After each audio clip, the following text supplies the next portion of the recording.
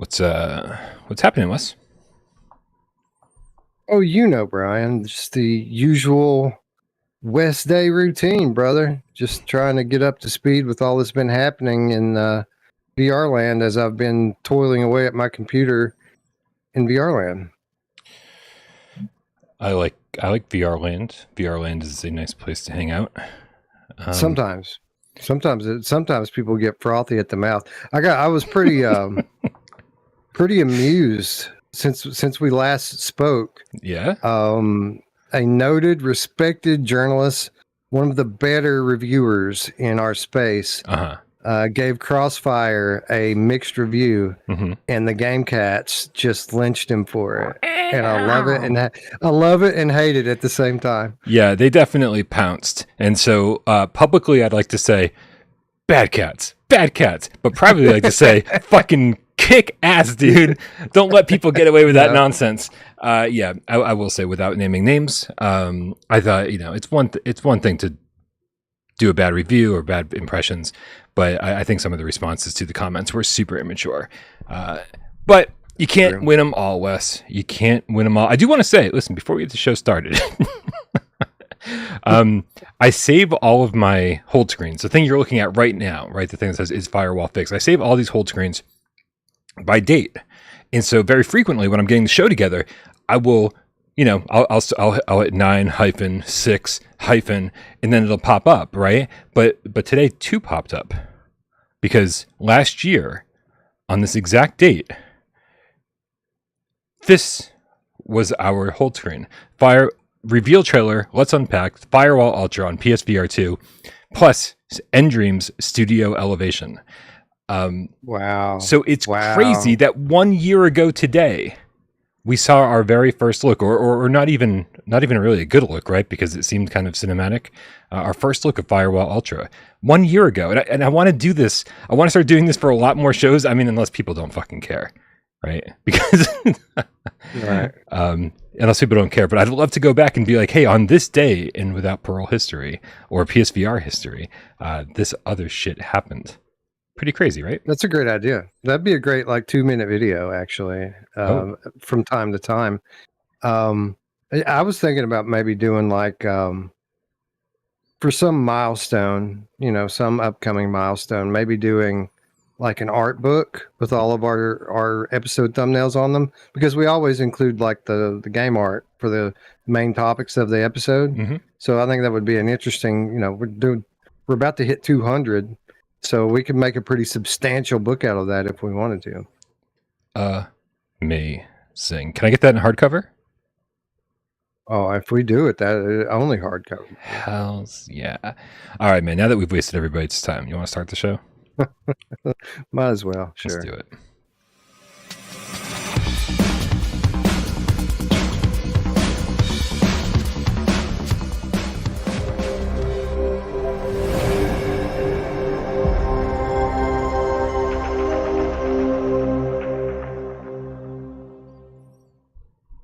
This is PSVR GAMESCAST Live. We film live every single Monday, Wednesday, and 2 Eyes Friday right here on Without Parole, YouTube live, 6 p.m. Eastern for your viewing pleasure. For all those who like to watch with your ears, we also do this on podcast services of your choice. What podcast services are those, Wes?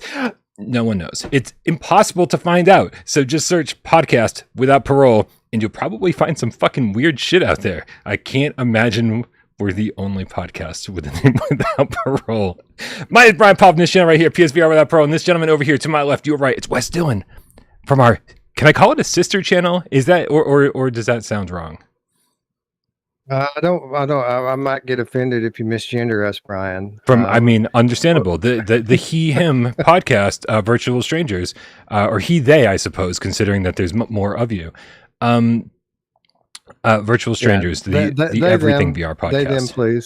They, them, please. Got it. We'll remain gender neutral. Fantastic.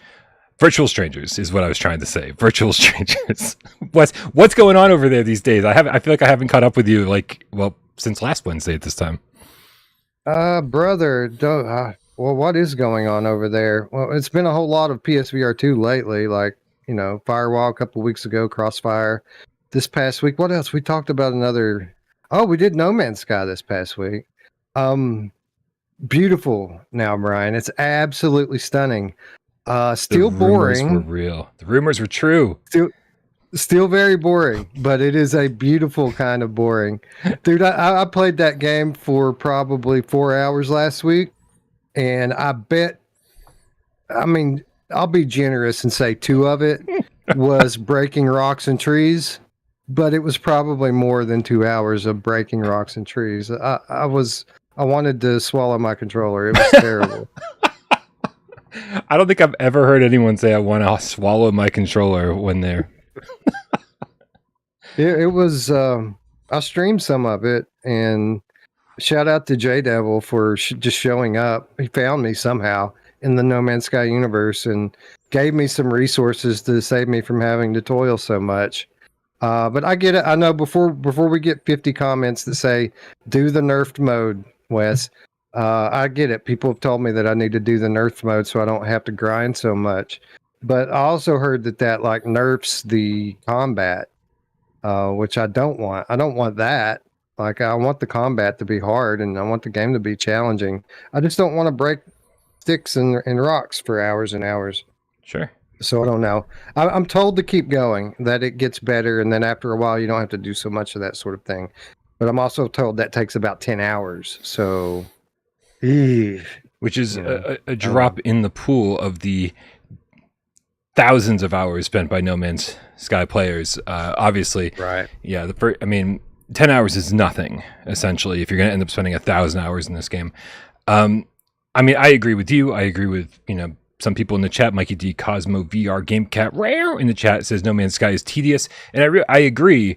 But as someone who's never got more than 30 hours into it, I agree. As somebody who, right, would love to spend 100, 200, 300 hours in this game at some point when there's no PSVR2 games to review. I understand that you guys are like very comfortable with all the mechanics and you don't have to grind for nanite or graphite or whatever the fuck it is at the beginning of the game. All of it. You have to mine for everything, bro. Like you have to mine for resources so that you can build things. But when you get the resources, you can't just build them. You have to unlock schematics for it. But you can't unlock schematics without going and mining for data to unlock the schematics. Like, you literally have to go dig capsules out of the earth so that you can get data to unlock schematics to build things with the other stuff that you mine. I mean, it is something different, Brian. But I love it. It's beautiful. It's even better looking than the PC version ever was. So I'll give them that. It is a beautiful game with endless exploration, which I do enjoy. It's the beauty of dynamic foveated rendering, Wes. Which PC, Indeed, of course, just doesn't have. So that's why we get such a beautiful version. And did you see there was a Q&A or maybe an AMA? I forget what they called it. It doesn't matter. With Archaeact Games, who makes, of course, Journey to Foundation. And one of the cats asked, "Does it use dynamic foveated rendering?" And they said, "Great question." No.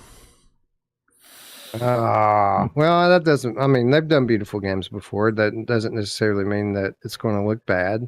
Right. It just means that it doesn't use that technology. So, right, fingers crossed. I'm sure it'll look great. I mean, the footage looks great from the promo material, the substantial promo material that they've shared at this point. It all looks good.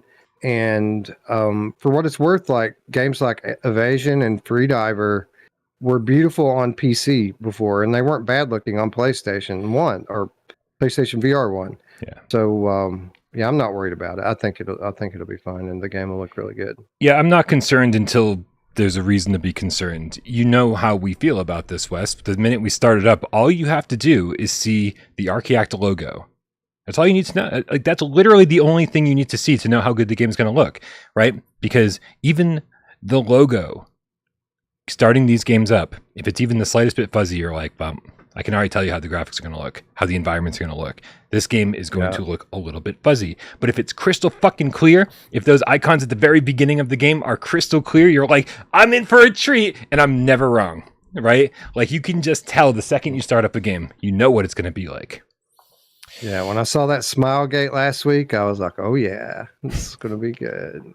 Now let's try in the game feline with the $5 tip. Says the M in NMS stands for mining. Hey Wes, you mind if I take a second here and talk to Niles Ryan one-on-one? You all right with that? Yeah, go for it. All right. Listen, I always say that there's two things you should never talk about, or two types of stories you should never tell, and that's dreams. Don't tell stories about what happened in your dreams, and don't tell stories that involve you driving and then trying to explain what happened with other drivers. You know why? Because they're only interesting to you. Okay? Really, it's like the fucking worst type of story you can tell. Dreams and driving. They're only interesting to you, I promise. That said, let me tell you about a dream I had. I dreamt that we were at the GameCat meetup, and people were starting to fill up. It happened at my aunt's house, which is strange because it was a dream, but that's how dreams work. And so all these cats started flooding in. I didn't recognize any of them, and somebody stole my laptop. And we were supposed to do a live episode of GamesCast Live from my aunt's house at the GameCat meetup, and then somebody walked by, and I was like, "Hey, Niles Ryan, you were the only one I recognized." And that was the dream. It was terrible. It was a terrible dream, and it was really boring. So that's why I figured I'd share with you guys. So basically what he's saying is he wants his laptop back, Ryan, and he knows it was you. I mean, I didn't want to accuse anybody. Not blatantly. That's what I'm here for, Brian. I'll accuse all of your suspects for you. Wonderful. We also got Mikey D, and don't worry, Kill Artist, I'm saving your tip for later. Mikey D, Cosmo VR Game Cat with the $5 tip says, I want to love No Man's Sky, but the game starts off in a bullet hell-like bombardment of instructions. Ease us in. I mean, those instructions are called a tutorial, and it is literally the most difficult tutorial of all time. It's even though it's telling you what to do, I'm still like, there's too many buttons. There's menus that are just too deep and things to. I'm like, I feel dumb when I play No Man's Sky. Dude. It's a lot of reading. It's too much reading. It's very the storyline is very well written the way that they have it written out. But I feel like when I'm reading it, someone should be reading it to me. There should be a narrator reading this stuff out. It reads like a well-written novel. I mean, it really does. Whenever something happens and you'll get the little dialogue thing that pops up, the machine makes a interesting sound as it whirs to life and stuff like this. And I'm like, okay, well, why am I reading in VR? Come on now, help me out. I don't know.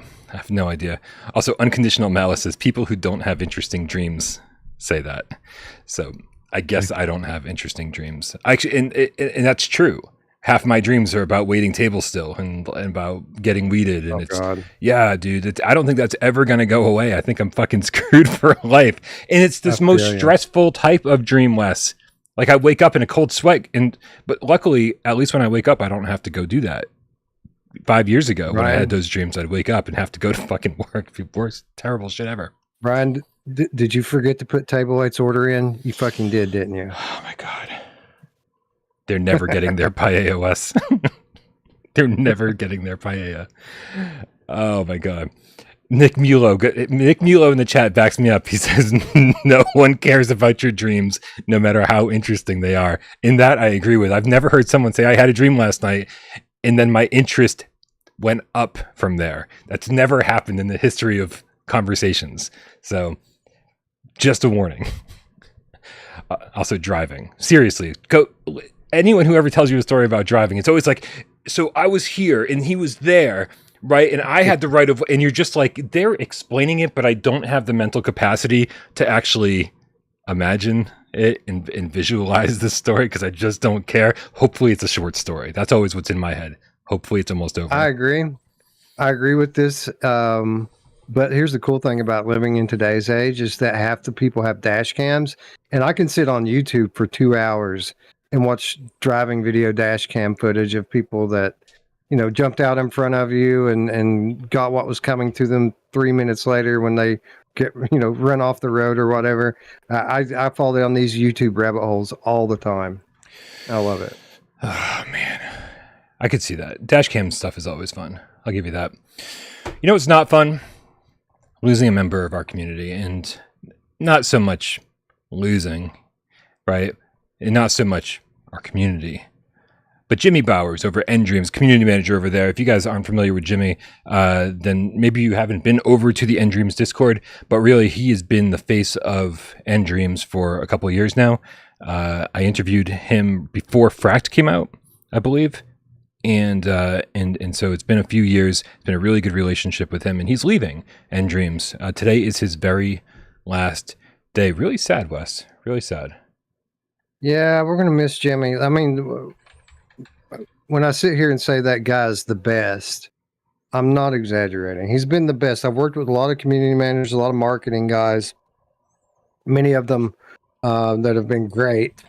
But Jimmy's been the best. I love that guy, and I'm gonna miss getting to kind of work with him on VR projects, even though I don't expect that this is goodbye forever, because Jimmy is a bit of a friend now, and I do expect that we're going to keep in touch from time to time. I'm going to get a miss working together with him, though. It's kind of sucks that he's leaving, although I am happy for him because I know that it's not without cause. He didn't get fired or anything. He's moving on up the ladder, so to speak.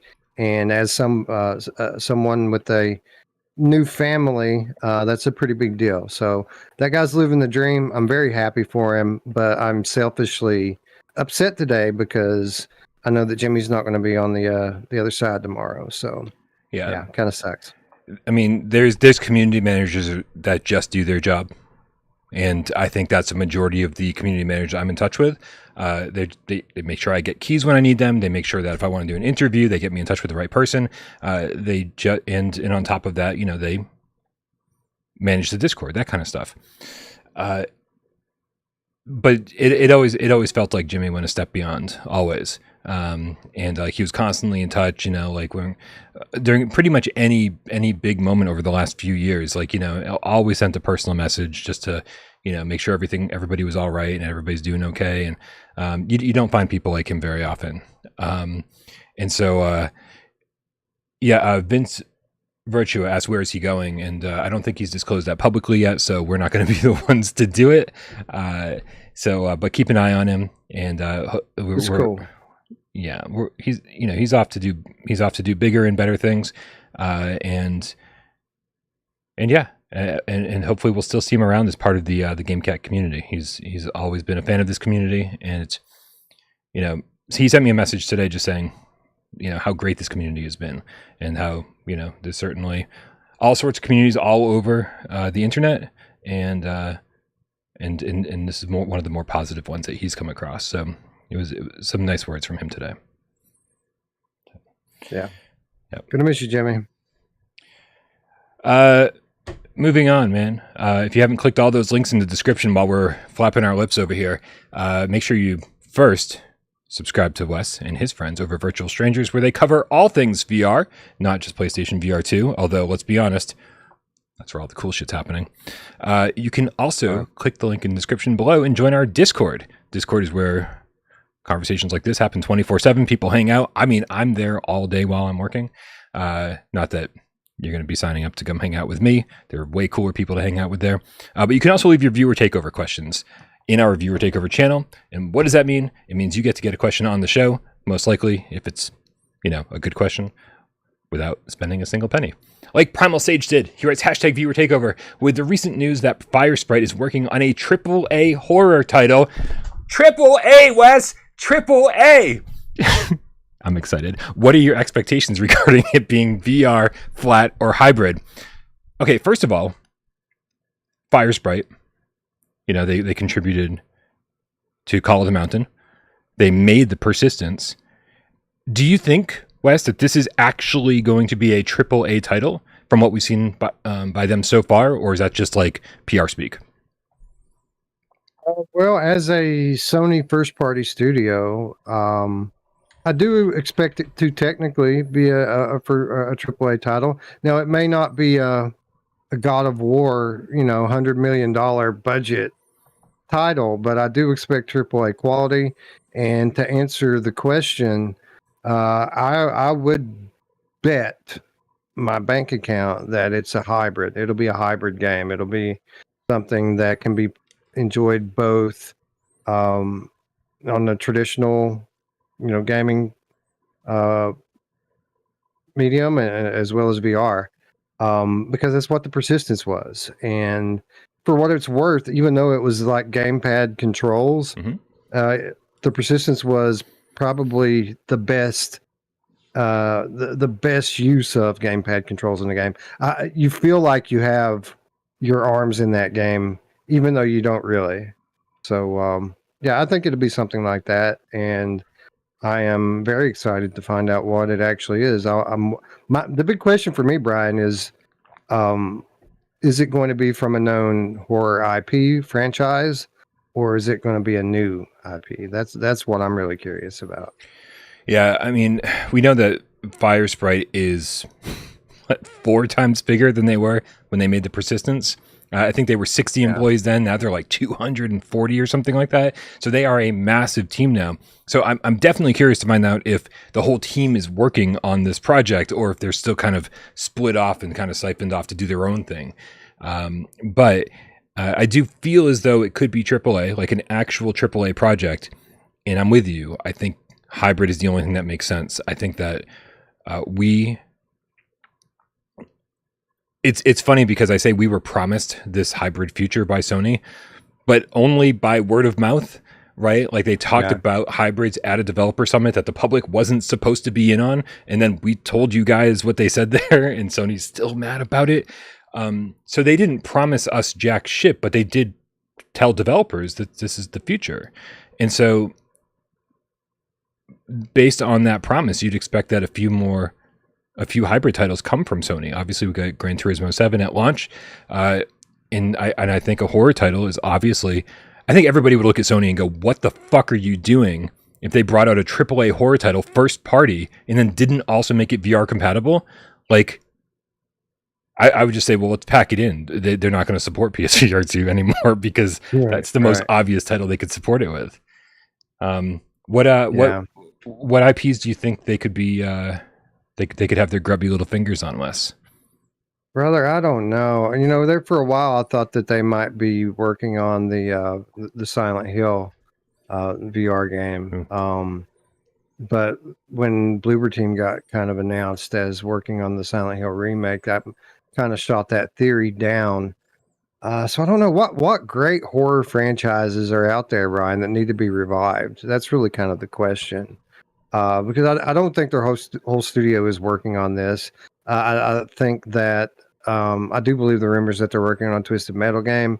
I'm hopeful that they're working on updating the persistence for PSVR2. I mean, they updated the persistence for modern flat, so like they put in ray tracing and all these extra features for modern flat systems. So it only makes sense that they would support PSVR2 in the same way. But I don't know what kind of horror franchises are there out there that we might see get revived, specifically things that came to prominence on PlayStation. Well, it's funny because SB also, what's up, SB? I feel like I haven't seen it in a while. In the chat said Sony did just renew the Siren trademark recently. And it's funny because I had seen that and I kind of tucked it away in the back of my brain and said, I wonder what's up with that. Siren has never been my favorite horror series. There was like, I think one on the PS2 and then one in Japan that never came here. And then there was an episodic one for PS3. And I've always kind of hated the way that it played, right? Because you have to, you're this character and you're basically just trying to get from one end of a, spooky Japanese town to another. But what you do is you kind of mind jack the enemy's vision. And so you kind of use them as a security camera to sneak your way past them. And I think that would work really well in VR. But I don't know if I want to play it. Like, it just wasn't, the gameplay didn't work for me. So it's very possible that they could maybe rework all of this and give us a brand new Siren game, which would be amazing. Yeah, that would be cool. The shapeshifter, the amorphous game cat says Fear. There's one. Who owns the Fear property? Jesus. I don't know, but that's a good one though. That was pretty prominent in PS3 era. Am I right? Yeah. Just checking my PS3 games. Yeah, I mean, I would love to agree with you, Random Toxie. Random Toxie says Bioshock VR. But man, I don't. Do you call that? I would love that. Do you call It's that not horror, a but horror game? I mean, I feel like if you remade no. Bioshock, you could like make it even scarier. But it was definitely Oh, it was for sure. tense. Yeah. You could for sure make it a horror game, but I wouldn't consider it to be a horror franchise right now. Yeah. You know, I did think for a minute that they were working on BioShock because before it got out that this was a horror title, the rumor was that they were working on a well-known AAA Yeah. like RPG adventure game from a known franchise. So if you put that together with horror, I don't know, maybe it is BioShock. Okay, so I could be wrong about this, so please somebody fact check me. I'm pretty sure it actually came to light that Firesprite was for a while working on something for what's that Chris Roberts game, Star Citizen. So they were working on some kind of entire game that would take place within the Star Citizen universe, like, right? So they were working with Chris Roberts on that. And I think that that's what the big IP was Star Citizen. But from what I know, and I could be wrong about this, so somebody please fact check me. I think the development of that got pulled back internally, and so I think that might be over. And then I think development on the Firesprite game turned into this. Sci-Fi Game Cat Henry, by the way. What's that? Go ahead. You go ahead. You go first. Sci-Fi Game Cat Henry said Siren not on Brian's end, which I thought was really funny. Sorry, what was that? I was going to say, D-True49 says Outlast, and boy, would I love it if it were Outlast. That would be incredible. Like, yeah. I mean, Outlast 1 was amazing. Back when I thought that every game was going to come to PSVR 1, right? That to me was like surefire, absolutely going to happen. And I was wrong. So great. Samson 143 VR. Do you want to talk to Samson, Wes? I want to talk to Samson, Brian. Nice. With the $5 tip says, Happy West Day. Random question. Y'all think PlayStation Portal, I like that he said y'all, will outsell PSVR2 or no way?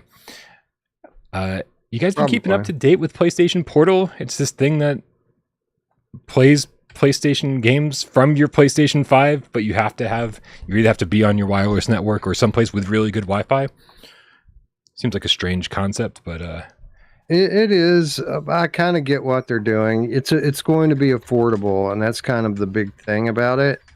And you know, to do a handheld that's all self-contained, standalone, not only would you be more than doubling the price of the product and really limiting your ability to kind of sell big numbers.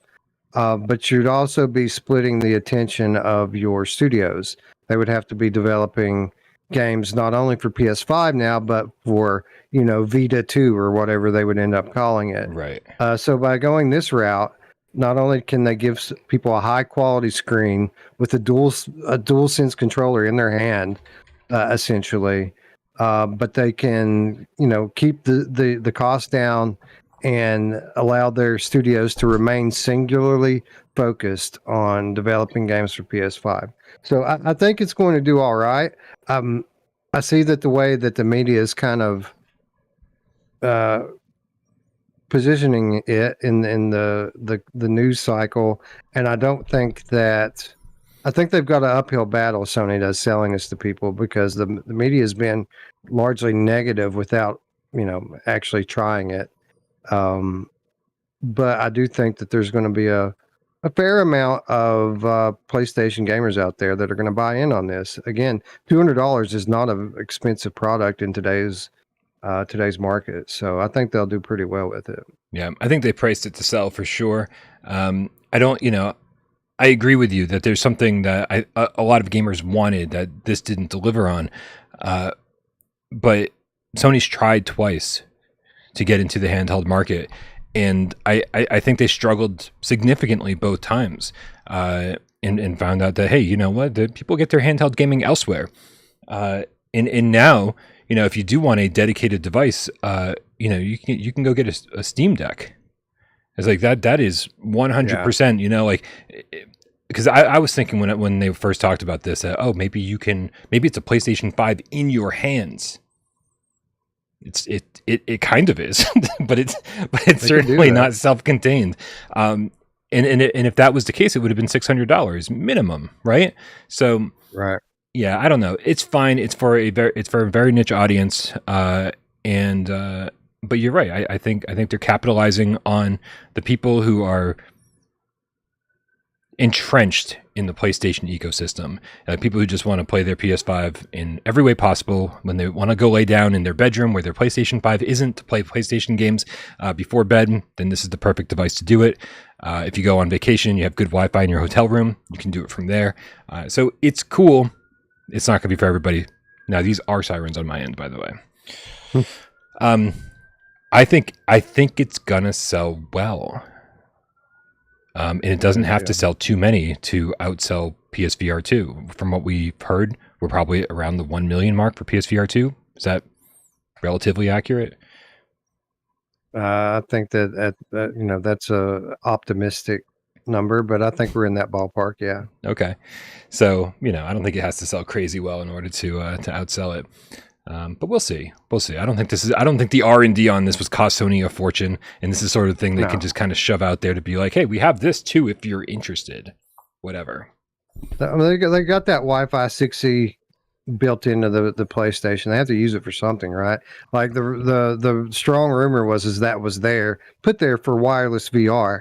But if they can use it for a wireless handheld, I mean, why not do that? Yeah. I mean. And again, if they were going to put all this resources into putting out a dedicated standalone handheld, they would be going head to head not only with Steam Deck, but Switch 2 is going to be out next year, and that's going to dominate everything in traditional gaming for a couple of years probably. So it would be bad timing. Like if they were going to do something like that, they should have probably went last year. Not this year or next year. That would be stupid.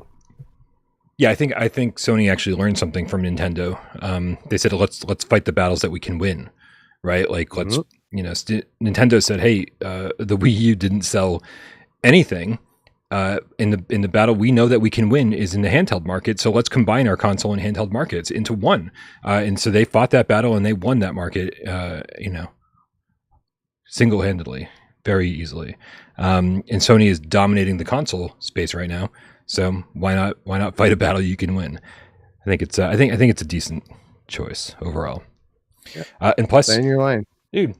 Like the problem is I've already got a Steam Deck that doesn't get used, right? I've got a Win 3 GPD for all my emulation that does get used, right? But I've got just too many devices around here.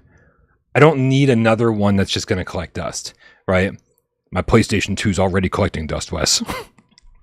Right. Did I say PlayStation 2? I meant PSVR 2. Man, I fucked that joke up. Yeah. I feel like Sony ripped me off.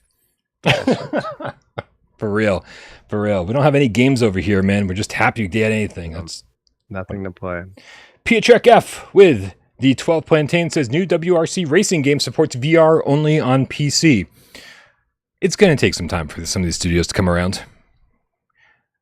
Yeah, and this is a particular niche that lives on PC. Like sim racing is a whole thing in and of itself on PC, and there are people who spend multiple thousands of dollars to have a sim racing rig that can only run on their PC. So I kind of get it. That's probably their best market and their best prospects for selling some copies of the game.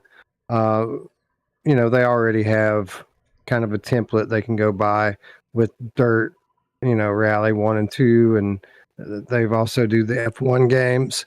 So I'm sure it's not going to be a lot of work for them to bring these games into VR on PC. I'm not so sure if the juice is worth the squeeze for them right now to bring it over to PSVR 2 just so that they can go ahead with Gran Turismo and get destroyed. So, I'm not surprised. I do think that we'll start to get future iterations of these titles from Codemasters in a year or two.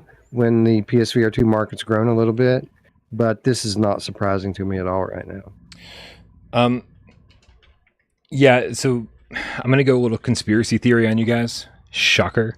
But I do think that big titles from big studios right now will not be announcing that they're bringing their games to PSVR 2.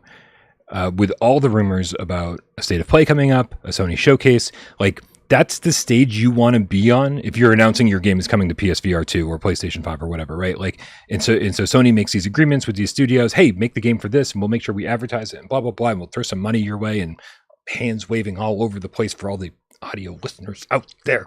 And so I would be very suspect of anybody saying, hey, our game's not coming to PSVR 2 until we get our Sony showcase, until we get our State of Play. Because that's where these things like to be announced. That's where these studios want their games to be announced. Doesn't mean it's coming. I'm just saying that I'm holding off on my disbelief until I'm holding off on my belief. I'm remaining disbeliefful until then. That was the proper way to say that. Always be disbeliefful. Yep. That is a great t-shirt / bumper sticker. Changing the title of the live stream right now. All right, man. We got a couple news stories to work through here, and don't worry, we will get back to tips if you've left them. A little strange bit of interesting news came out of PAX West. I guess people who were checking out Five Nights at Freddy's Help Wanted VR 2, which is a mouthful. We're told by the booth workers, people who were working for Steelwell Studios, that the game has an ETA on PSVR 2 of December. Have you heard this by any chance, Wes? Yeah, actually, I've been hearing this a little bit lately, and it wasn't specifically this piece of news. But I didn't think we had a date for this game. And then over the last 4 to 6 weeks or so, I've seen it kind of floating around out there that this game was coming in October. And I don't know where that originated or where it came from, but I thought it was interesting because I kind of looked around a little bit and I saw no evidence of that. And really I think I screwed that up. That might have been me, Wes. Because I put out a tweet being like, I'm so excited for the next couple months. I can't believe how many games are coming. And I think I accidentally included Five Nights at Freddy's because I was like, oh, this would make a perfect October release. And then I didn't realize, I was like, oh yeah, that's not confirmed. All right. Okay. So that explains it. That's good. I apologize. I just knew it was coming this year. So yeah, I'm not surprised that it's coming in December. That tracks. I would like for it to come a little sooner. I don't like December releases for VR games. I think it's a bad time to launch. I think November would have been better, but who knows? What's wrong with December? Well, people's money is already gone by the time December gets here. People do most of their holiday shopping on Thanksgiving, third week of November. So by the time, especially if it's a couple of weeks into December, people are broke, man. They've already spent all their money on Christmas. Yeah. The holiday shopping battles have already been fought and won or lost. So I think that you're actually better off launching a game in late January than you are in mid-December. It's worth waiting another month to let people play through their gifts and then look for the next thing and then launch then. Do you think it's an even bigger mistake that they don't have this ready for October when people are in the spooky mood, spooky season? Is this just a lot of missed opportunity here? Yeah, I mean, kind of. I see that point of view. Obviously, it's the best time of year to launch a horror game. With that said, you're talking about a saturated market this year, man. We have got horror games on the way, brother. Now, I believe that I don't know if this is a rumor or I think that this might be a hybrid, so that it's not just a VR game this time. Mm. So if that's the case, then they'll probably dominate the market anyway. If they were to butt in and say we're coming in October, it would be games like Happy Funland and Madison that would kind of lose out a little bit because this is such a huge franchise and with a loyal fan base, people are going to buy it whenever it comes out. You took the words right out of my mouth, Wes. Yeah. So must have been while you were kissing me.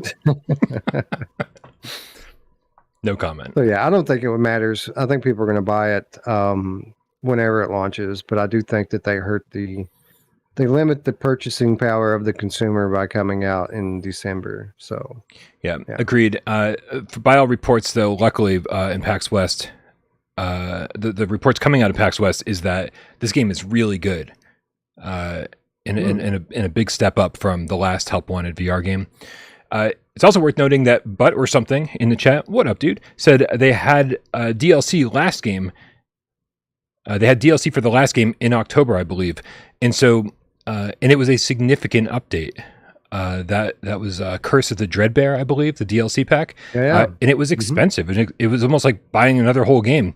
But it was the best part of Help Wanted VR, and so they really do have this opportunity to say, hey, we're going to sell you the game over the course of, the end of 2023 and all of 2024, and then we're going to hit you at the beginning of October with this massive DLC drop, that, again, is going to cost you another $20, $30. And I think that would kind of be the perfect way to make people double dip on this thing and to capitalize on the holiday season. They will too. They will too. I bought multiple copies of the original Help Wanted game because my kids are like big fans of Five Nights at Freddy's, and I bought the original copy on PlayStation or PC. I don't remember exactly which one, but by the time Dreadbear came out, they were gaming almost exclusively on Quest. So I had to buy the game again on Quest just so I could buy them the DLC that they wanted to play on Quest, because they couldn't be bothered to put on the old headsets anymore. They wanted the one that they use on a daily basis. I made them earn it. Don't think I just went and gave them and bought it for them. They asked me for months before I actually did it, and they had to earn it. Like, did that sigh I made? Did that sound judgmental? Do you think I was judging? But I could feel the judgment coming from the audience, because I don't just buy things for my children. That they don't get crap ever, honestly, except for they could use my stuff, which is substantial. No, they earn. They're homeschooled. They have to earn their stuff when they get it. So nice. Here, let's tackle another tip. Living Legend with the Canadian $20 tip says, Happy West Day. Happy West Day to you too, Living Legend. I love my Vita and modded PSP, and I played them from time to time before bed. Both were so ahead of their time. Do you guys remember the sorcery that Ready at Dawn pulled out of the PSP with the Daxter and God of War games? Dude, if every game looked as good as the PSP God of War games and Daxter, like, those were some amazing looking PSP games. Like, that was so close. I mean, it was like PlayStation 1.75. It was as close to PS2 as you could get without being PS2. They looked beautiful. Were you a handheld gamer during those times, Wes? I know that you had some interesting interactions with consoles over the last few cycles. No, not really. I never held. I never owned a Sony handheld, actually, ever. I was interested in Vita. In retrospect, I kind of became aware of the games catalog when it was on the decline. Yeah, well, when it was on the decline and was about to be canceled, is kind of when I discovered Vita. I wasn't a heavy gamer at that time. I had fallen away from gaming during that generation, and was mainly gaming as a retro gamer. I wasn't really playing modern games. I was getting bored with the cycle of upgrading the graphics and playing the same games. It was VR that kind of got me back into gaming. So at that point, when Vita was in its heyday, I really wasn't paying much attention, honestly. Yeah. I've always loved handheld gaming. I don't know what it is. Something about, especially since I've always, until the last 15 years, I moved around a lot. I never wanted to really be grounded in one place or another. And so I like the idea of being wherever I am, I don't need a TV. I have everything I need right here in my portable system. So I was a big fan of PSP when I lived in Tennessee. And then even when I moved back, I got the Vita. I got just obsessed with those handhelds, and played way more games on both of those than I probably should have, because there's some terrible games on both, obviously, but there's also amazing games on both. I'm going to add one to the list. People in the chat are definitely listing a few good PSP games, like Vanishing Axe says Metal Gear Acid on PSP was my jam. I played the first one to death. The second one with the 3D goggle thing, I was like, this seems like just too much. So I skipped that. But do you remember the series Obscure? And then the second one, Obscure the Aftermath. These were both on PlayStation 2. No. I have no idea. Obscure the Aftermath came to PSP as well. And I think to this day, still one of the greatest looking PSP games there is. And it's just one of those titles that gets completely overlooked. Huge fan. So I think about picking them up from time to time. Whenever I go to the local pawn shop down here, there's always a PSP and a Vita in the case for a reasonable price. And I know you can mod these things up and load them down with games. So I've thought about picking one up a few times. But honestly, and people are probably going to, roll their eyes when I say this, if I'm going to get back into handheld gaming, I'm going to get back into my favorite handheld of all time, the Nintendo 3DS. Oh, okay. Oh, I love 3DS, man. That I kind of did get into because my kids all had them. The XL with the big screen, Oh, yeah. And it's legitimate 3D gaming. Like, it's legitimate pop off the screen, glasses less 3D, which I find to be amazing magic, even to this day. So yeah, well, if I'm going to get back in the handheld, I'll probably be getting back into those because I have them laying around here, 3 or 4 of them. Nice. Yeah, I've got a. It's funny because I do have like a 3DS XL with the massive screen, but like the screen's like it weighs everything down. So I ended up picking up a 2DS XL, which plays 3D games just with no 3D option, and the whole thing's super lightweight, and that screen is gigantic. Dude, I end up turning the 3D off after like 5 minutes anyway because I'm like, okay, I've seen the 3D effect now. I just want to play the game. I'm thinking, this is how ahead of the curve Nintendo was with that. We're only now starting to see this technology hit the consumer mainstream. Like, now there are laptops, there are computer monitors that have this technology in it with glasses less 3D. I've got to play around on some of them at CES and at AWE, and it's freaking awesome, man. You don't even have to have games developed for them. You can artificially inject the 3D into them, kind of in a similar way that like Vorpex and other like VR programs inject 3D into these flat games. And it's something like 75% of the Steam catalog or something that you can actually play in full 3D on a fairly sizable monitor these days. But it's crazy, that the industry's just now catching up to this technology like a decade later after Nintendo did it in their handheld. And even more decades after they did it in the Virtual Boy. Right. Well, true that. I'm starting to hear the talk start to drum up again around Nintendo VR. I haven't looked into the validity of the rumors or if it's just clickbait, but I hope it's true. Mark Pringlesleaf in the chat says the Atari Lynx was his first handheld. I may have. Oh, there we go. There. Boom. Yeah, I love the Atari Lynx, but I love all handheld gaming. I like the Wonder Swan. I like the Neo Geo Pocket Color. I like all the shit that no one's even fucking heard of. Not that I own most of these, but I dabbled with them over the course of my life, and I love them. Man, you guys are amazing with the tips today. You've got great conversation starters, which means that half the shit we've talked about on the show today hasn't been even VR related, which is a nice change of pace every so often. And somebody did say, was it Dan? I'm sorry. Yeah, it was Dan Kiefer said, West made me think, ooh, 3DS. And then Brian was like, meh. I was just hoping he was going to say Game Boy Advance. But the 3DS is cool. I actually really enjoyed mine. Yeah. I love it. I had an Adventure Time game on it. That was like the shit back then because I was heavy into Adventure Time. So the fact that I had a Adventure Time game that I could play in 3D, I was in heaven, man. Amazing. Wes, you see Waltz of the Wizard is going to be coming to PlayStation VR 2. That was announced earlier today. I did. This game continues to amaze me, Brian, with its long life. Like, it's not a game that you hear come up a lot in the conversations of VR enthusiasts, but people must be continuing to buy this game and play this game because they continue to support it. They continue to make it better, and they continue to expand into new platforms. So, it certainly is a lot more of a game now than it was when it first kind of came out as a tech demo way back when. Yeah.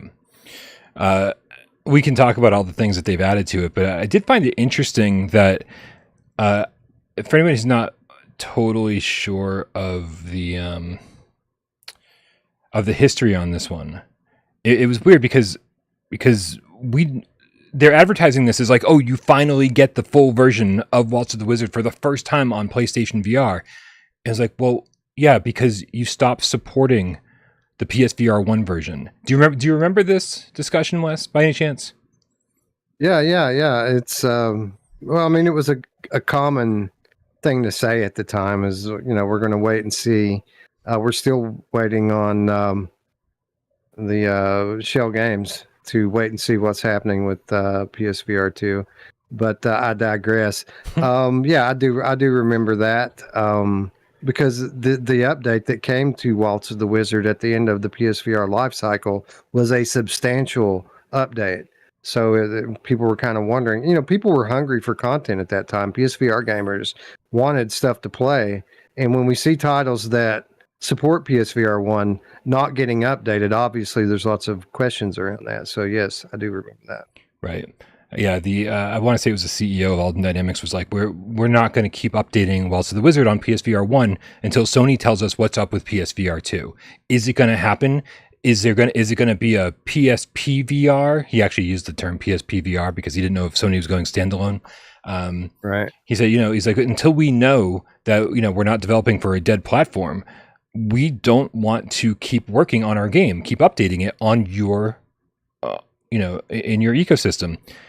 But like, what about the people who bought your game? Like the people who actually have it right now on PSVR 1, why aren't you taking care of them? So I thought it was a weird way for them to be like, well, if you're not going to tell us about PSVR 2, then we're not going to keep updating our game for your PSVR 1. It's like the two things aren't even fucking related. So I always thought it was a real strange thing to say. Yeah.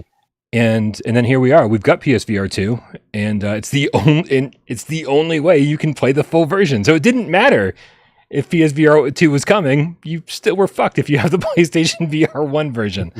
Well, that depends. That depends. Is there an upgrade path? I don't actually even know the answer to that question. Do you? I don't know the answer. So maybe this article by our friends over... I say our friends, they like I've literally never talked to them. By our friends over at Road to VR, maybe this article will help. We're going to deny all cookies.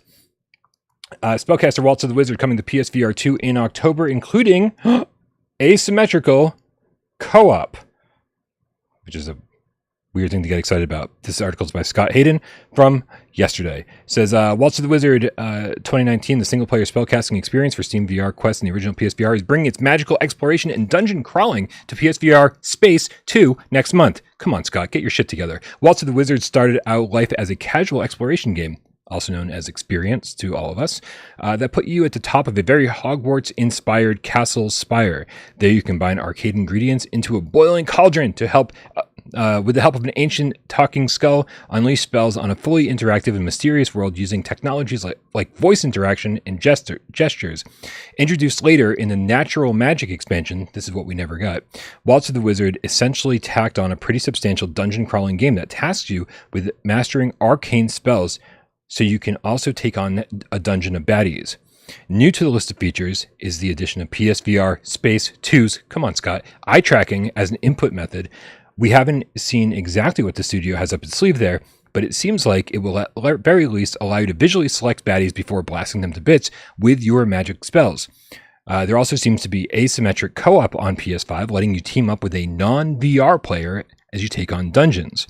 The studio says its PSVR 2 version includes cutting-edge voice, eyes, and gesture interaction abilities, large campaign with storyline, combat, and challenges, hundreds of voice interactions in English, infinite level generation mode for endless fun, eye-tracking interactions with characters and magic, dozens of unique haptic effects, rumble, trigger, head, team up with friends in asymmetrical co-op. Alden Dynamics says Waltz of the Wizard is coming to PSVR 2 October 3rd, 2023. You can wishlist it on the PlayStation Store here. So that doesn't really help us very much, does it? It sounds like a different game. I can say that. That sounds like a different game even than the PC version of this game, which is cool. Like asymmetric co-op, couch co-op, something that I'm not sure. Maybe that is on the Steam version. I'm just not aware of it. But eye interactions, like that sounds to me like eye tracking stuff that they put in here. And of course, we all know the haptics are probably the best thing about PSVR 2. So that's very interesting. There's a lot of info in there. Yeah, for a game that very much started off as an experience, and I mean, again, don't get me wrong, like there were great experiences, and this was one of them, I thought, because there were just so many spells you could cast. It just felt like the sandbox, and like I don't care about sandboxes usually, but it felt like a sandbox of like, there's a ton of shit in this room, and there's a ton of spells that you can learn and use, and it was just cool to like cast these spells on pretty much anything in the room and see what the response was. It was just this cool creative place to hang out in, and I really enjoyed it. I'm looking up on the PlayStation Store right now because I do own obviously Waltz of the Wizard, and it's funny, Waltz of the Wizard on PSVR 1 doesn't seem to exist anymore on the store, at least with my search. And so I'm pretty sure we're going to have to pay for this all over again. Yeah, I mean, it wasn't expensive. I just want to say, I don't condone that typically. What was this thing, like $10, $15 or something like that? Yeah. Yeah. So I'm not too concerned about it, honestly. What about you guys in the chat? Anybody care about this? Or is this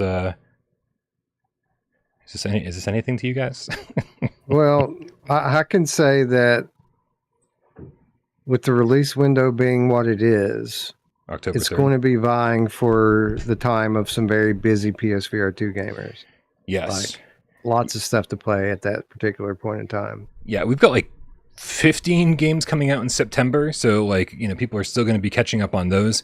And then there's like bigger titles coming later in October. And so, yeah, it's sandwiched in between a pretty rough space. So I don't know. I don't think it's going to, I don't know. Whatever. It's a charming game. Hopefully it works out for them. I think Alden Dynamics is small, so even if they only sell, a few thousand copies, they'll probably be doing just fine. Yeah. I have no idea if that's the case or not. I just made it up. One tip before we move on. Waleed is now a game cat, specifically a white tiger, with the Canadian $5 tip, says, I feel this holiday is extremely important for PSVR 2's future. Which AAA games, in your opinion, can blow Quest 3 away, and how many units should PlayStation VR 2 sell? Should or need to? I guess it really depends on their internal estimation and projections. I mean, like, what we kind of consider a success doesn't really matter. Like, we could come out and say, well, we want PSVR to sell 3 million by the end of the year, right? And that's just an arbitrary number based on what we think is possible and what they could do with the right support from their software studios.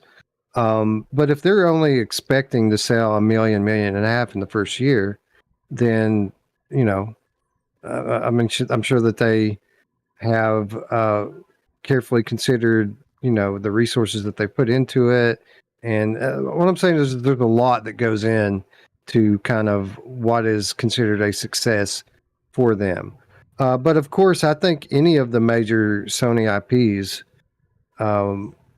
if they brought those games into VR, just one or two of them, then they could win the holiday shopping season versus Quest 3. Now, don't get me wrong. A lot of people are going to buy Quest 3 just because it's Quest 3, and it doesn't matter if it had one game or 20 on it. People are going to buy it because it's Quest 3. But in terms of gamers, the gamers that you're kind of buying to win the attention of, I think one or two titles, and it really doesn't matter, Brian, which ones. They could do God of War or The Last of Us or any of that stuff, and people are just going to love it and eat it up. I know this isn't what Waleed is asking, but I think it's a fair statement to make, and that's we already have those titles, right? We launched with Gran Turismo 7. We launched with Resident Evil Village. That blows away anything you're going to see on Quest 3, as far as like realism is concerned, or as far as visuals are concerned. And they're also massive games, right? That like those which can't really be stored on a Quest 3 headset's hard drive, right? It's just the storage space just isn't there. So I feel like we already have those for people getting into PSVR2 for the first time. We already have the blow you away, must buy, this is better than Quest 2 or Quest 3 games. If Resident Evil 4 manages to make it out in time for the holidays, which again, I don't think it's going to, but it's just like this 1-2 punch. That would be amazing to be like, hey, this game that got 10s across the board is here in VR, and it's a free update for if you already own it on a PlayStation 5. I mean, it's just an amazing deal. So I think we already have the games we need, honestly, to compete with Quest. And I honestly, I feel like we need to reiterate this every time the topic comes up. I don't view MetaQuest and PSVR2 as direct competitors. They're passive competitors because they're both VR gaming platforms. But I think when Sony announces a huge title for PSVR2, they're not doing it to try to win over Quest gamers. They're doing it to try to win over PlayStation 5 gamers. They're trying to bring new people into VR, I think, more than trying to kind of convert Quest gamers over, because it's kind of hard to compete with the all-in-one, standalone deal like that that's as affordable and subsidized the way that it is. So really, Sony's trying to win over their crowd, and their crowd is what it always has been, and that is gamers, people who are in VR, people who are into consoles to play games, and who want rich, rewarding experiences when they're spending, their free time.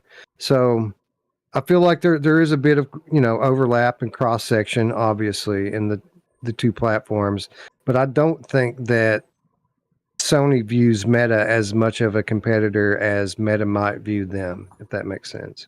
Yeah, I agree with that. PlayStation's already got the fan base. They've already got the people who are bought into the ecosystem. Now it's like, hey, now just pick up this headset. And guess what? You probably already own some PSVR 2 games. I agree. The converting those people, I think, is the tough part. Right. But I will tell you, I'm thrilled that Quest 3 exists. By all accounts, it's much better than the Quest 2. I don't know if you've heard this from anybody, but I think most people saw, what the processing power was going to be, and it was only this, marginal upgrade over the Quest 2. But by all accounts, it's going to be a lot better, which is only good for us, right? Because that means the lowest, the lowest version, it's a terrible way to say it, is the least graphically intense version is much closer to PSVR 2 now than it would be when Quest 2 was, the lead platform. So I think it being not as good as PSVR 2, but definitely much closer to it, is going to be nothing but good things. Nothing but good things for us. Yeah. We're still in the early days where, rising tides raise all ships. It's still all VR, and VR is kind of fighting for its place amongst the larger, social gaming entertainment platforms. So I think a win for Quest, a win for Valve, a win for PSVR2. Everyone gets to celebrate that, because that means developers can, make more profit in our space, which will only lead to more investment in our space. So I agree with you wholeheartedly there. Duggars K, that's the term I was looking for. Lowest common denominator. That would have been a great way to put it. Thank you. By the way, Baggio10 says Astrobot 2 at Christmas with the correct marketing would shift headsets. I think a lot of people, it's crazy how many comments I get every week from people just waiting for an Astrobot announcement. There were people who loved Astrobot on PSVR 1, and then there were tons of people who fell in love with Astrobot when they got their PlayStation 5 and tried out their DualSense for the first time. So I think they'd be like, oh, the next Astrobot is in VR. Oh, and maybe they'll port the first one over as well. Like, I do think that I don't think we look at Astrobot like a system seller, but I do think that would move quite a few headsets, especially if they want to continue having Astro be the mascot for PlayStation 5 or Sony's mascot. I think the next one's going to be a hybrid. I think it'll be something that they sell to flat gamers and VR gamers. I don't think it's going to be exclusive to VR. How many headsets that moves will depend on, how much VR changes the game. Mm-hmm. And I think it will probably change the game pretty significantly because, they've pretty much shown, that studio has pretty much shown a talent for showcasing new technology. Their games, the term tech demo has gotten a very negative connotation in the VR space, but their games are a very great demonstration of the cutting edge technology of the time that it comes out. So I feel like we're going to see something amazing when the next Astrobot comes out that not only showcases the DualSense controller, but showcases PSVR2 and all of its strengths as well. How crazy would it be if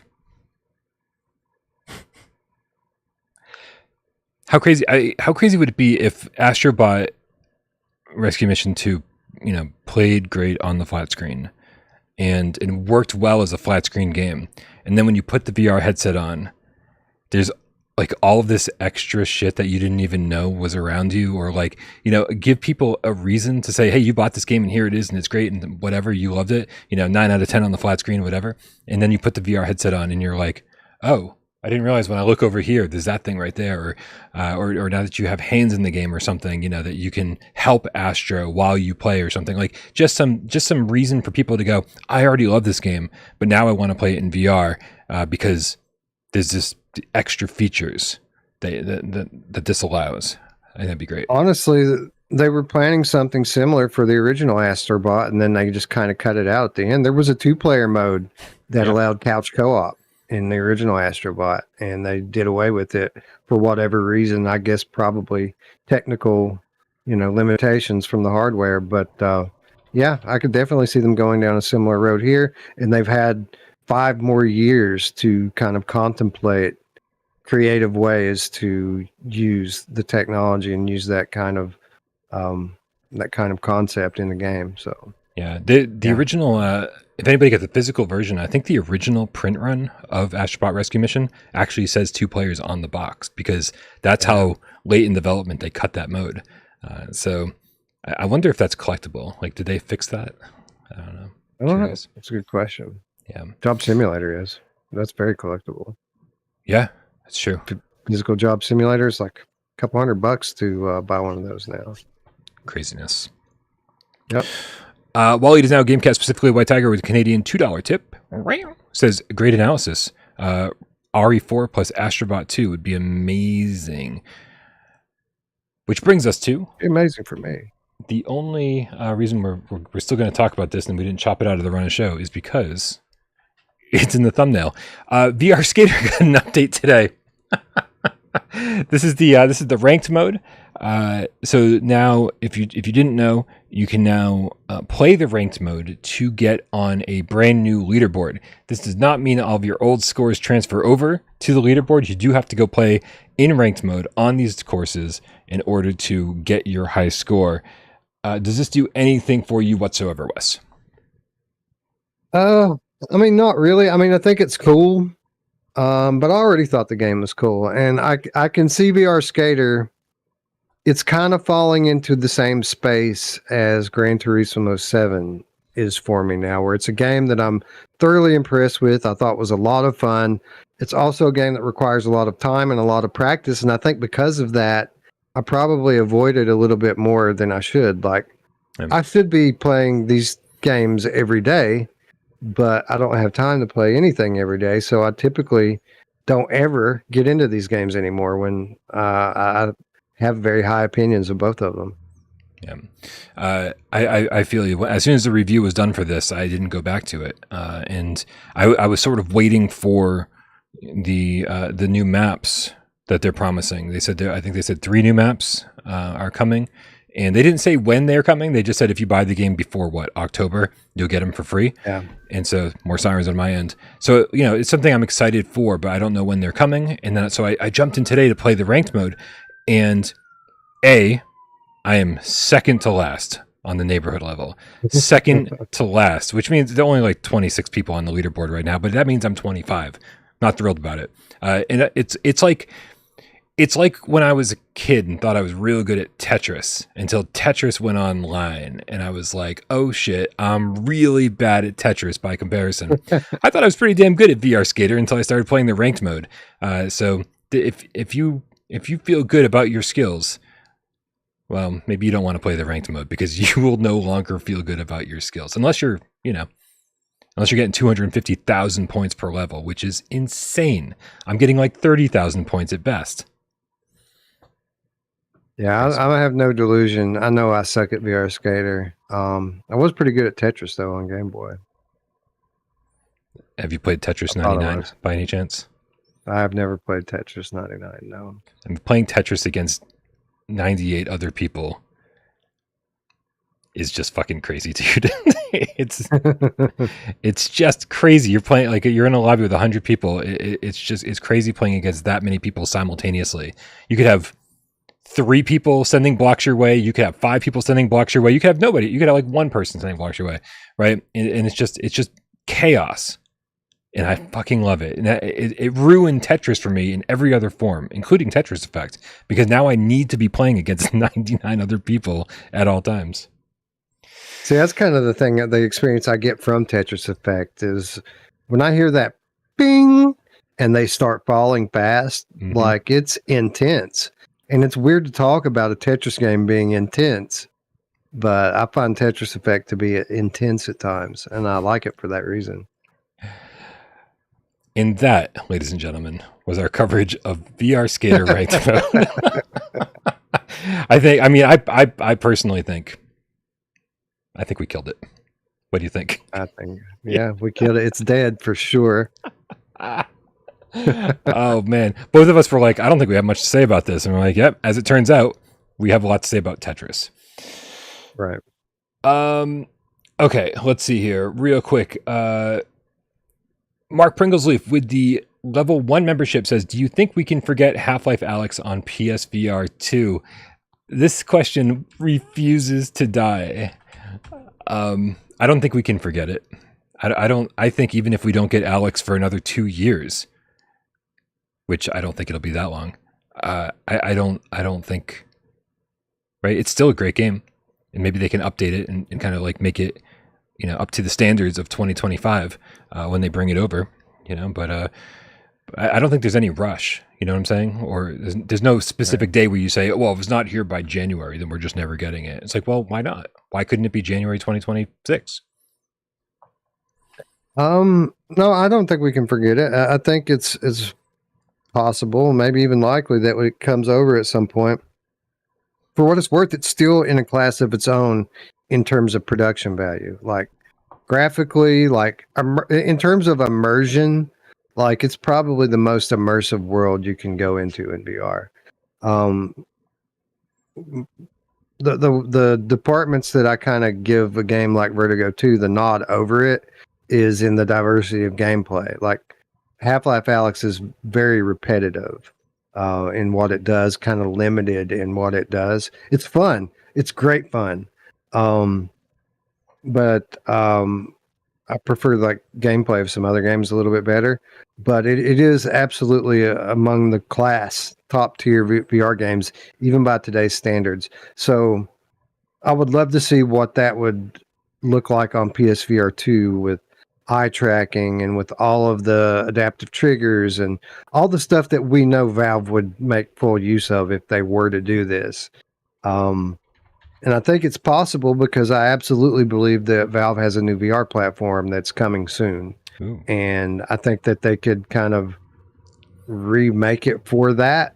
And I think that could have a lot of the same features that PSVR has. So it would only make sense to kind of, if it's coming, it would maybe coincide with something like that. But I don't think it's something we can forget. There's not much reason to think that it's coming. There are some rumors, but there's no like reason to think, okay, this is coming for sure. But I still look at it as a 50-50 proposition. We might get it and we might not. I wouldn't give up hope if this is something that you're really counting on. Yeah, I agree.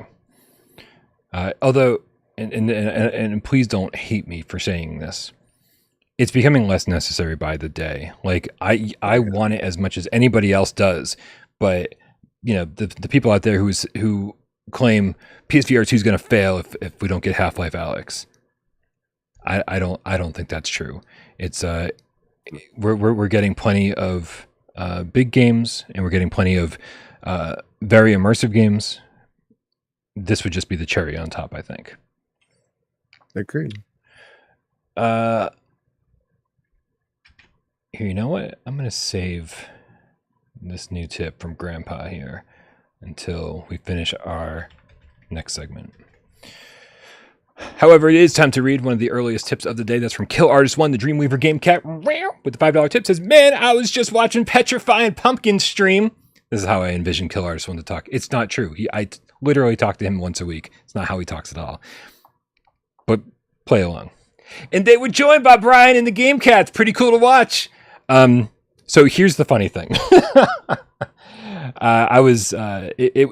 We got the update for Firewall today, update 1.06, and so we were like, oh, let's fucking test this shit out, right? Obviously we got to find out if it works or not. And so I got a little group together, and we got in and didn't even realize who we were playing against at first, but it was Pumpkins and Void Citizen and a couple of their friends, Solid Justice and Muzz 27. And we, of course, had no idea, even on top of that Pumpkins was streaming it. So little did I know, I was on stream earlier today.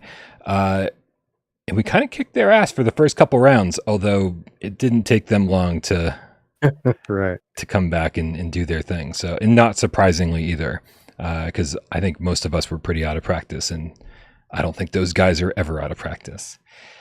So let me bring up that footage. We did get the Firewall 1.06 update today, and this is, by the way, the footage of us playing against Pumpkins and Void Citizen. So I think we can probably go big screen for this. Hopefully this conversation will go fast, so you'll only see us winning and not when we start losing. Fingers crossed that this is not a long conversation. So First Contact Entertainment posted this today on their Discord. They said, today's small patch, pay very close attention to the wording here, Wes. Today's small patch focuses on further improvements to squad matchmaking.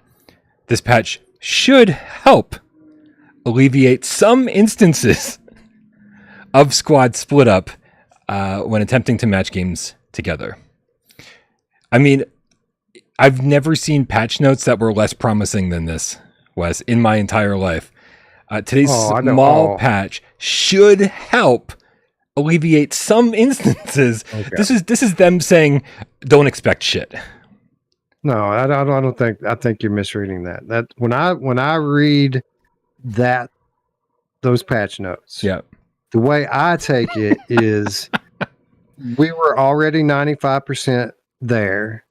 There are still a few cases of some people having problems. Yeah. Here is the remaining small patch to fix what was left that we haven't already fixed. And I think that they're kind of trying to, without saying it, say, hey guys, give us a little credit here. It's actually in a pretty good state already. Here's the last 5% to get it all the way there. Well, I did not feel like it was in a pretty good state already. I was actually writing my review in progress, or my pre-review, as I've been talking about for about a week now, saying, you know what, it's just time. Let's get this fucking video out and let's tell people the state of the game currently and blah, blah, blah. And so I actually wrote that whole thing today. That was what I did today, is I wrote my pre-review, and then as soon as I was done writing it, the patch went live, and I was like, fuck. well, let's see how much of this is still relevant. This is why I didn't review it at launch, because fucking Jesus, like it's impossible to review games because immediately the next day they're irrelevant and outdated. But I got in. I teamed up with, I'm sure you can see it on the screen here. I teamed up with my friend Awesome Tatum, my friend Jelly, and my friend Pacer, all from our Discord, all great cats. And it was a good team. We had a great team. Like I said, we played against Putch, Frying Pumpkins, Void Citizen, Solid Justice, and Muzz 27. And we were able to all get into a lobby together, which is not unusual, right? That always worked. What was unusual is that when Jelly started the game, it only took a few seconds to go into a public match. It faded out. We're all faded back in quick. The 45-second clock was already counting down. By the time I saw it, it was already down to 39 seconds. I was like, shit, okay, we're moving right along. When it hit 0, we were in a match.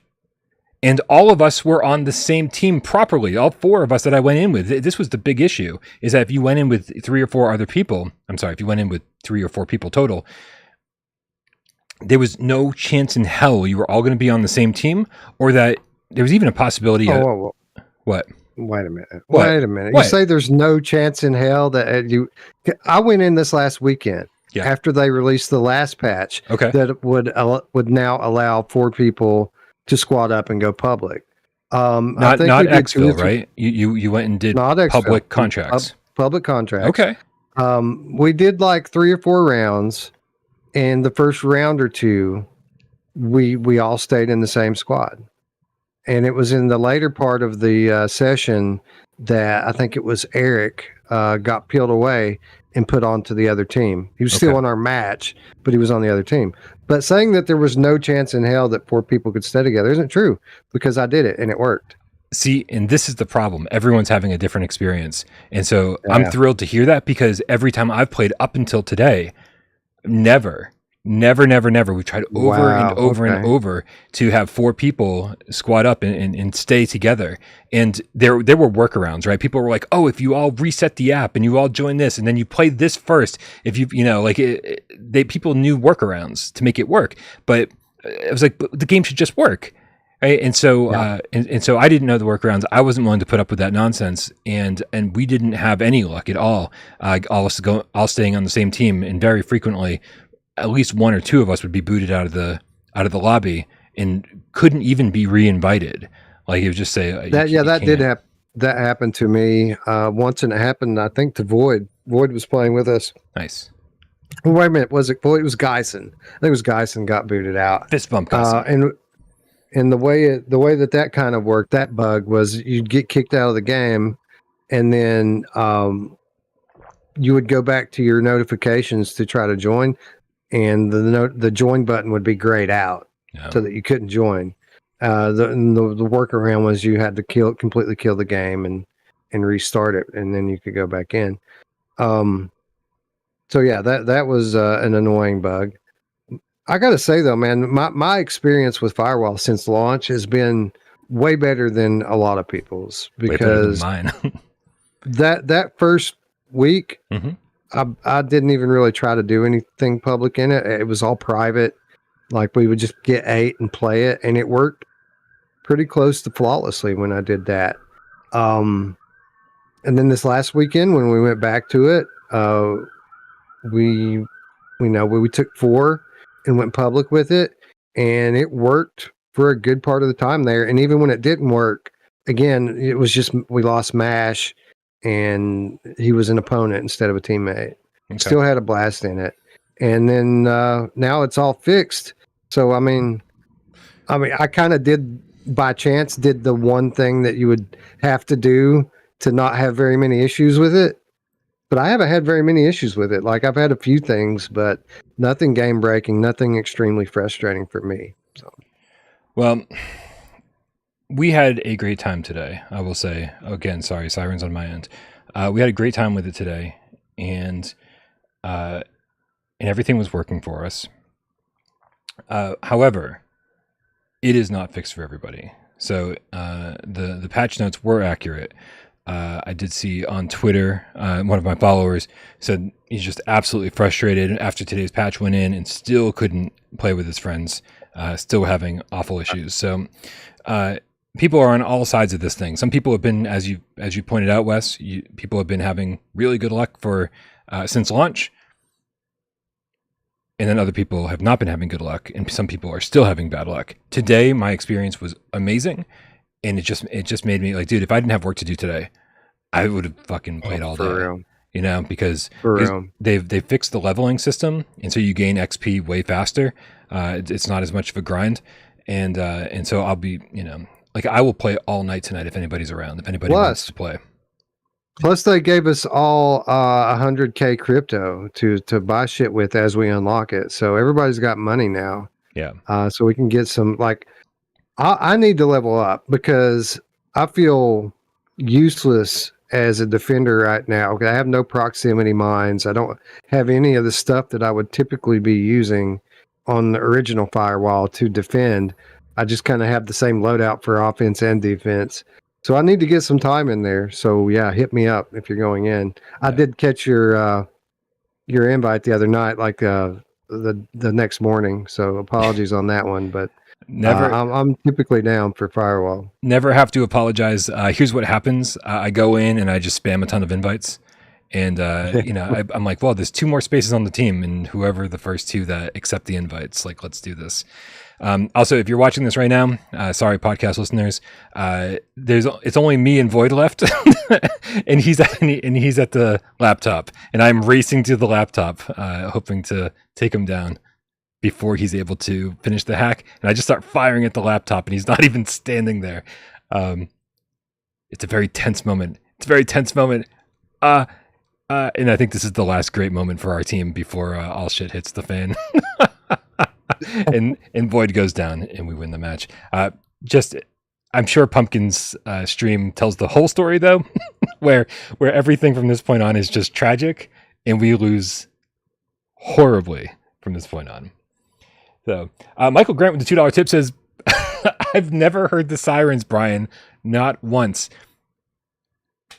I don't know what to say. I typically don't hear them either. Sometimes I catch them, but most of the time I don't. Good.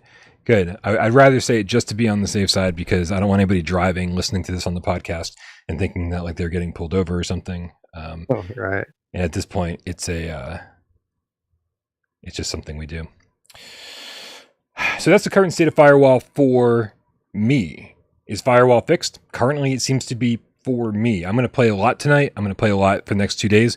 Fuck the pre-review. I just need to review this thing. It's time to review Firewall, right? Now that I can actually play it, let's review it.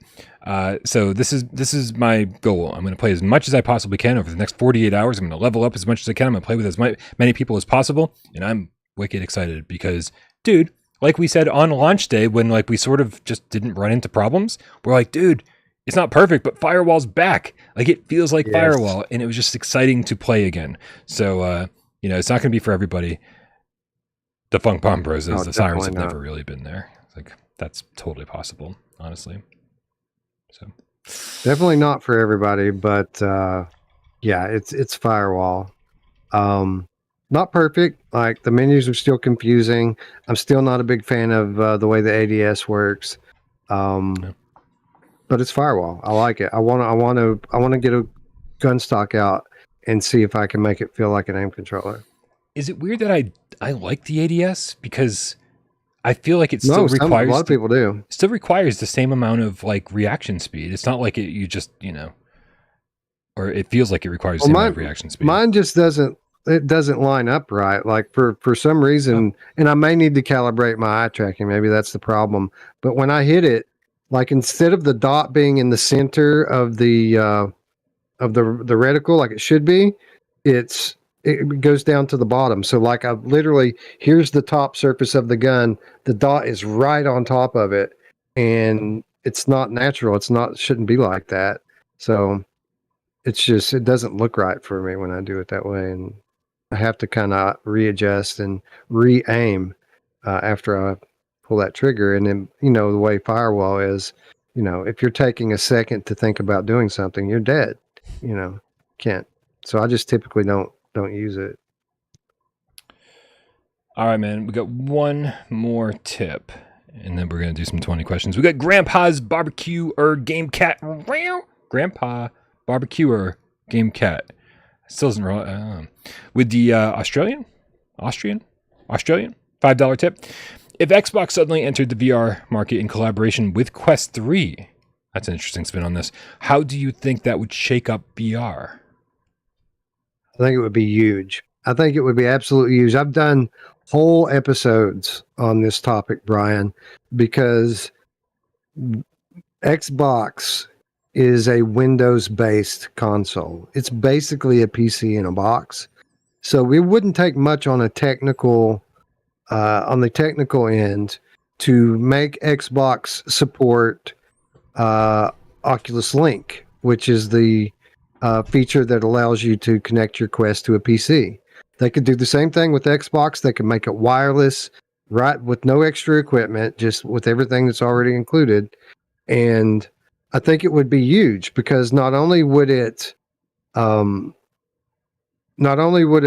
breathe new life into the substantial Oculus Rift catalog, which is dying, by the way. Yep. You know, it would bring back Lone Echo and Wilson's Heart and Asgard's Wrath and all of these all-time great VR games that are dying on that dying platform.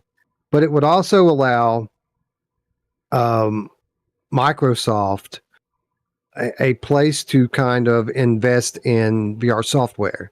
Some of the big IPs that they own, Halo, they could release a Halo video game, a VR game on their platform, on their console. Yep. That's exclusive to their console. They have the Hellblade sequel, which looks incredible.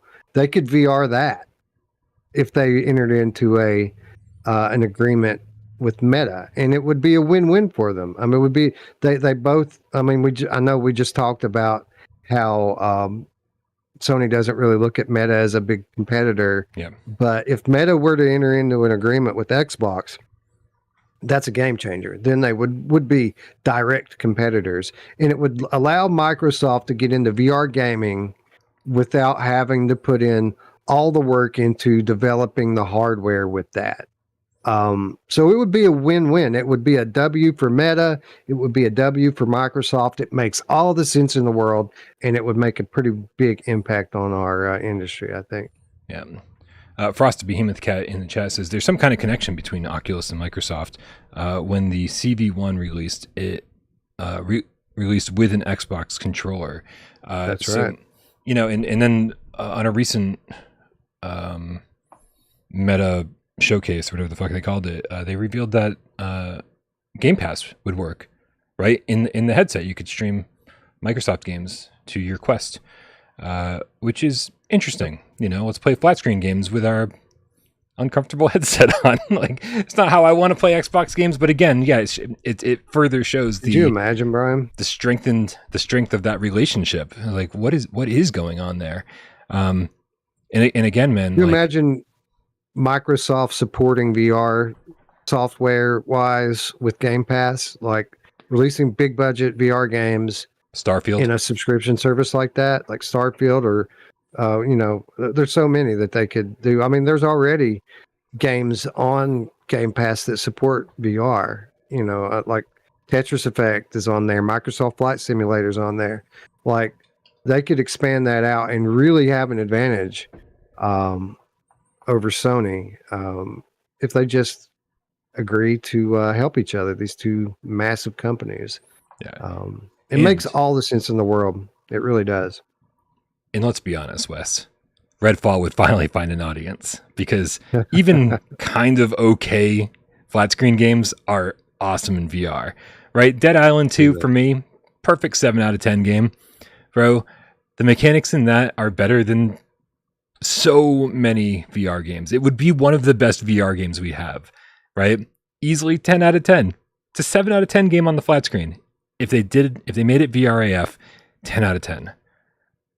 Redfall. VR is a very different world VR than like there are things that like the top traditional games do, that if they bring that stuff into VR, people would hate it. Like all these grindy games where you're like you're teaming up with 3 other people to just grind and hit the next level and grind and hit the next level. And there's like 40, 50, 60 hours of that. That doesn't really translate to VR. Isn't that what I did with Swords of Gargantua? Maybe. You might be right. Actually, and the follow-up. What was Third Versus game on PSVR 2? Altair Breaker? Yeah, I feel like the game was all about grinding. And you know what? I fucking dug it. So apparently I'll do anything in VR. Yeah. True. Fair. That's fair. You know who else would do anything in VR, Wes? My mom. Do you know how many of those statements we got in the chat tonight? Like, Virtual Strangers is taking over. It's infectious, man. I've made my impact. Like, these jokes will be continuing long after I'm passed, right? What kind of benchmark are we setting here? Yeah, I don't know. Yeah, I don't know. That's what I'm going to be best remembered for, though, I think, is a joke that's not even my joke. Like, that's a regular show joke that I just revived. Yeah. All right, man. You know what time it is? It's time for some 20 questions. So hopefully everybody in the chat. Wait, Ian Stanbridge in the chat says, Brian is forgetting how terrible the AI is in Redfall. Bro, the strength of the AI for me has never made a game fun or not fun. I mean, Crossfire doesn't have the best AI. Has some really bad AI sometimes. And dude, again, in VR, I feel like these things are more forgivable than they are on the flat screen. Just saying. Awesome Tatum in the chat says, Wes, Far Cry 6 in VR mod, did you see it today? I did. And Far Cry 6 was on sale on the Ubisoft store, so I picked it up, $15. And I haven't tried it yet, but I'm excited to. I love the idea that I'm going to get to play that in VR, Brian, but I think my favorite part about that is that when we covered Far Cry 1 a couple weeks ago, Simplex left a comment on our video, because I said during the video, you know, I'm only so excited for Far Cry in VR because it's the first one. And if it were like Far Cry 5 or 6 or even 3, I would be much more excited. So I got this long comment about how the first Far Cry was in CryEngine and all the rest of them are done by Ubisoft. And there's just no chance that any of those games would be modded into VR. And I love it because now, 2 weeks later, Far Cry 6 is in VR. So eat it, Simplex. Eat it. Love it. Love it. All right, man. You ready to do some 20 questions? I'm never ready to do 20 questions, but I will give it my best. Dude, no one's ever ready to do 20 questions. This game's way harder than it feels. Like, all I've done for the last 6-7 years is cover PSVR games. And every time we start this, I forget every game I've ever reviewed. I don't remember anything. So, guys, in the chat, help him out, all right? Be good to him. You guys have 20 yes or no questions and only 6 minutes to figure out what game, PSVR 1 or PSVR 2, I'm thinking of. Let's do this shit. On your mark. Get Dez. Go. Has this game been announced for PlayStation VR 2? Yep. Has this game been released on PlayStation VR 2? It's an interesting strategy, Cotton. Yes. No. Wait. What was the second question? I'm AJing the fuck out of this. It has not been released on Play. It has been announced. It has not been released. Announced, not released. Has it been released on PlayStation VR 1? Yes. How are you doing this? Are you reading my mind? We've got a very patented RSTLNE going on here. It's a Wheel of Fortune joke? Yeah. Nice. Yeah. All right. So PSVR 1 game announced for PSVR 2. Not released yet. I think I already know what it is. Did we talk about this game today, Brian? This game, no, we did not talk about this game today. Okay. So it's not Waltz with the Wizard. I thought you were going with the softball there. All right. So is this game can you play this game on other VR platforms? Yes, you can. Yes, that's 5. Is it playable flat? No. All right, so it's a VR exclusive that was on PSVR 1. It's a multi-platform game that's announced for PSVR 2, but not coming yet. Yes. All right. mean, that's interesting. Is this game going to be released this month? No. October? Yes. All right. I So don't it's like an this October strategy. release. This is bullshit. Uh, I call foul. all right. You're asking there's all the only right a questions, handful of- Wes. I hate it. Yeah. So let's see what's coming in October that we didn't talk about already today.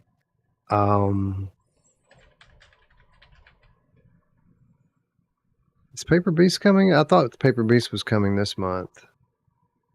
I'm not sure. No. Is it a horror game, Brian? It is a horror game, Wes. Has this developer done other PlayStation VR games? Indeed. Yes, they have. There, That's 10.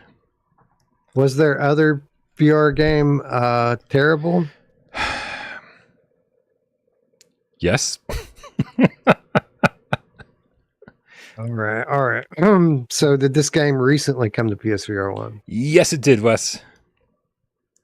Okay. Yeah, I think the chat's all over this one. Looper had you pretty quickly here, and I'm not sure he was even the first one. Is this game Bad Dreams, Brian? This game is Bad Dreams, Wes, coming to PlayStation VR 2 as Very Bad Dreams in October. I'm oddly excited for this. Oddly excited for the release because it's a very creative horror game that was just kind of a mess on PSVR 1. But I haven't even checked in on it recently on PSVR 1. There's been a bazillion patches, so it might already be a lot better. It was pretty good on Steam. I mean, there were a few small bugs, but nothing that really got too irritating. I enjoyed the surrealism of this game and just how crazy some of the parts are. Like, I don't want to ruin it. I was about to go down like my favorite parts, but yeah. We'll save it. A good amount of this game feels like it could have been made in dreams. Like it's just like, so something will crawl across the screen and then just kind of stay there, like in the environment or like just outside the environment. Like if you happen to clip through, you're like, oh, there's that spider outside my apartment just sitting there. Like, it's that kind of weird stuff. But again, there's so much creativity here that I'm almost willing to overlook it. I had a good time with this. So hopefully the PSVR 2 version looks super crisp and clear and has worked out a lot of the bugs because, I want this. I want this to be good. And on top of that, this is technically episode 1, and they said the next episode of Bad Dreams should be coming this year. So I don't know if that means like PC VR or if it means all platforms. But I definitely want to see more of this. And that's not something I ever said about Darkness Roller Coaster. I wonder if they'll bring the bow and arrow back, because I used the bow and arrow in the first room in the tutorial.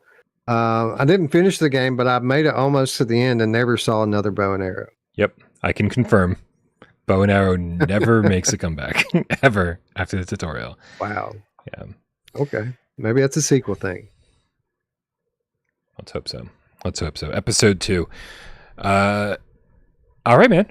I think that's it. I think we covered all the tips. I think we covered all of our topics. I think it is time to wrap this sucker up. Yep, I'm just scrolling to make sure I didn't miss anything. And I didn't, as far as I know. If I did, I apologize. Thank you, everybody, for being here. Definitely appreciate everyone who helps this channel run. And, of course, my co-host. Make sure you subscribe to his channel over there at Virtual Strangers. The link for that's in the description below. VR agnostic, as they say. I thought that I coined that term, VR agnostic. I started calling our channel that years ago. I recently, and I can't remember exactly where I saw it, but it was in some industry literature, like some like behind the scenes stuff. I think from Sony. I think it was like some internal stuff from Sony that was referring to VR agnostic. And I thought, I wonder if they watch our show. I wonder if they got that term from us. Oh, obviously. And when I say our show, I mean this one. I know I don't for a minute think that they watch Virtual Strangers, but they may have heard us say it on here a couple times, and it's in their documents now, Brian, which I think is cool. Yeah, I'm willing. I'm willing to bet they watch Virtual Strangers. I don't think they want anything to do with that Parole. In all fairness. But thank you, Wes, for being here, and thank you, everybody who helps the channel run. We got Rypop, who uploads this thing on podcast services of your choice. What's up, audio listeners? We also got Sci-Fi Game Cat Henry, who makes this show much easier to watch after the fact by putting timestamps in. Thanks, Henry.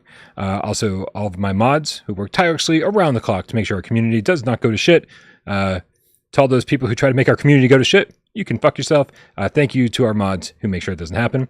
Of course, everybody helps the channel financially over here on YouTube, being members, and over on patreon.com/withoutparolegames.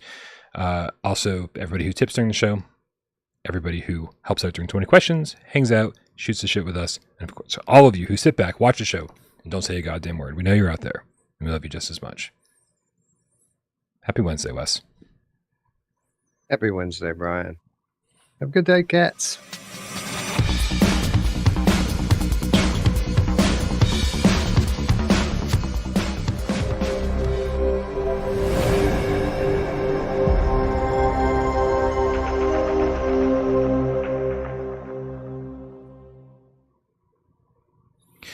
Wes, I was going to say this at the beginning of the show, but I didn't want to test the audience and find out how many of them wouldn't be jerks because we do have a great audience. I think everybody hanging out is amazing.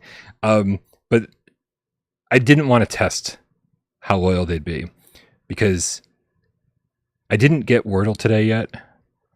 This will be my 5th guess, and I have 4 out of the 5 letters, but I don't know what any of the order that they're in, and I'm struggling, man. Like, I can't think of anything else. Usually I wake up, and before I even, sometimes if I go to bed after midnight, I'll do Wordle, right? Because it's tomorrow's Wordle. But usually I'll wake up, and before I even leave bed and get some coffee in my system, that's what I do first thing in the morning. And my whole family plays, and we're on a text message thread where we all send each other our Wordle little diagrams and stuff. And so we're all kind of casually competing with each other. And here it is. It's almost 8 o'clock at night, and I haven't gotten Wordle done yet. Like, I'm stressing the fuck out, dude. Like, I gotta spend some time playing Wordle. And so I knew if I said this before the show, somebody would type a 5-letter word in the chat. That's all they would write. And they would fuck me over. Yeah, I'm not familiar. I know that there's a game called Wordle, but that's all I know about it. I don't know. I don't know what to tell you, man. Maybe get some nootropics going on. Take in some cordyceps mushrooms. Oh, there you get go. That sharpness back. Yeah. All right. I mean, I'm all about microdosing. Oh shit, we're still on the air. All right, guys. See you guys later. We'll see you Friday. Good night, everybody. We love you.